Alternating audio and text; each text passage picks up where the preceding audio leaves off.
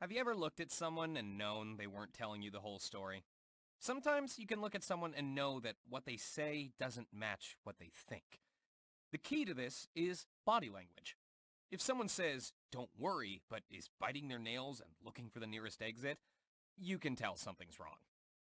Shakespeare here needs a new theater manager, so he's holding interviews.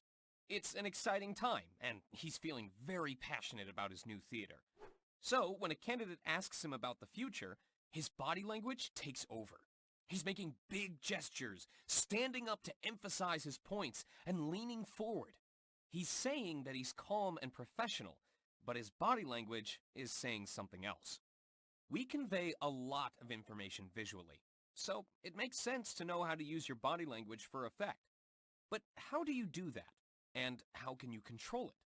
This course will help you recognize the messages you send with your body language and change them to the ones you want.